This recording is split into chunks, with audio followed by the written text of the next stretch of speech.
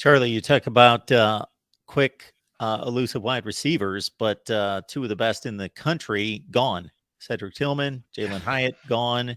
Brew McCoy, wow, he finally found his spot. It took him a while to find where he should be destined in college football, but once he did, man, he could be a, not that he didn't have a really great season last year, 52 catches, but he could be a star this year. He's that good, Yes. based on what I've seen. Obviously, he was a bona fide 5-star going into USC.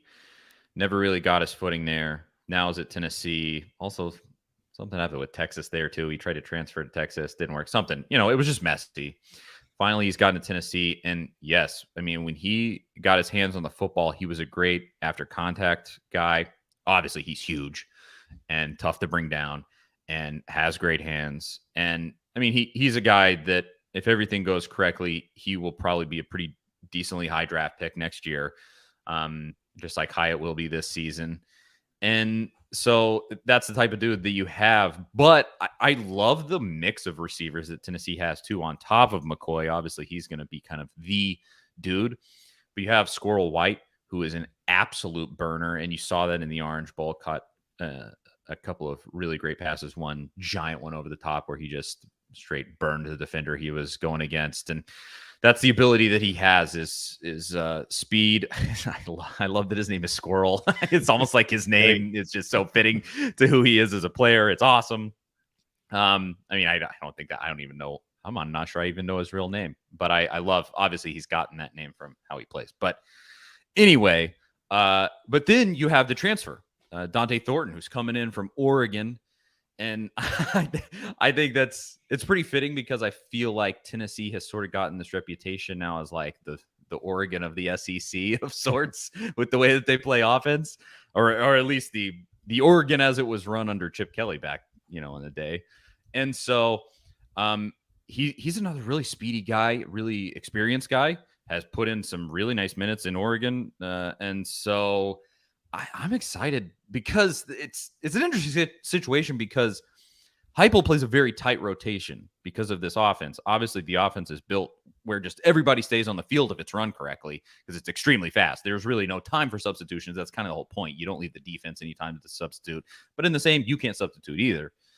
So they run a really tight rotation at every position, including wide receiver. And I'm interested to see who kind of emerges there. Because, yeah, until the Orange Bowl where Jalen Hyatt was sitting out, Squirrel didn't really get his time to shine. He had a couple of opportunities, and he took them, and he seized them in garbage time in games, kind of like Joe Milton. But that is all that we had really seen of him.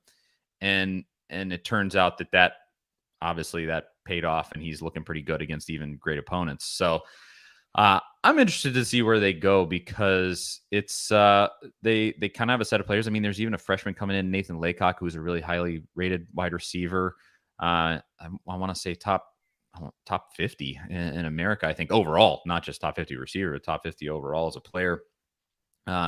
And so you have some dudes like that could be competing too. So that wide receiver room, yeah, you lose two of the best dudes in America this year, and then you're loading them up with some guys that are probably going to be more of the best guys in America in the coming years. So, I mean, it's just typical Josh Heupel offense stuff, right? That's what he's made his name on, is just having dudes. And obviously at the wide receiver position, straight line speed, but then Brew McCoy really isn't that, and he's also shined in it. So it's, yeah, I think they're pretty set there, even though there were some losses. Are we looking at Princeton Fant at tight end? What are the options there? So it'll be, I believe, Jacob Warren and McAllen Castles, the transfer at tight end. Heard really good things about Castles. I think he came from UC Davis, I want to say. And is transferring in. Jacob Warren, who got a decent amount of play time, but was overshadowed by Princeton Fant in the past season because Fant, I loved seeing the evolution of Princeton Fant because in the last season, when Josh Heupel was just getting really creative, they had really settled in on offense in the middle of that season, and they were just throwing in everything in the kitchen sink down the stretch. Princeton Fant, he ran as a fullback, a running back, a tight end, He threw I think he threw a touchdown pass, so maybe quarterback also. Like he was just all over the place as a player, super versatile. And so you kind of get the feeling that they'll want to do that going forward with the guys that they have. And can Castles and Jacob Warren be those dudes? I hope so, because I think when this offense is at its best, tight ends are really involved to a pretty decent extent. And so Warren hasn't done a ton in his time at Tennessee, but I think he has the potential to. And then Castles, obviously, it's a little bit of an unknown because he hasn't played really high level football yet. But supposedly, I mean, his skill set, I saw projections of him as an NFL guy after this coming year. So I hope that all comes to fruition and it's all true, because when a tight end can get involved and you can get a guy like Princeton Fant was this last year, it just adds so many fun wrinkles and can really add depth to what Josh Heupel is doing on offense. So I think they'll be fine, although it's definitely a position compared to the set of wide receivers. It's definitely a position where it's sort of like, we'll see, more than we're sure this is going to be a great position for this team. Yeah, Charlie Burris here talking up the Vols. Of course, you can catch Charlie on A to Z Sports, Big Orange Podcast.